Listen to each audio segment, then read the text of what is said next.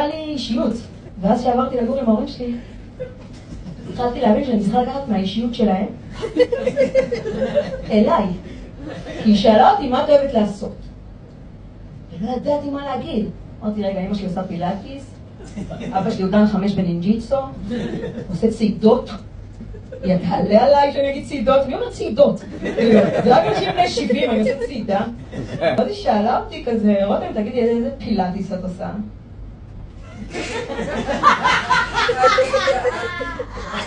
אישה, שאמא שלי תחזור מהפילאטיס, לשאול אותה איזה פילאטיס היא עושה. אמרה לי, מיטות. אמרתי לה, מיטות.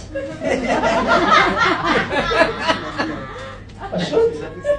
אמרה לי, את עושה עם הקפיץ? באיזה דרגה? אמרתי לאמא שלי, תקשיבי, שבי פה. יש לה מלא שאלות עכשיו. שבי פה, תזוזי.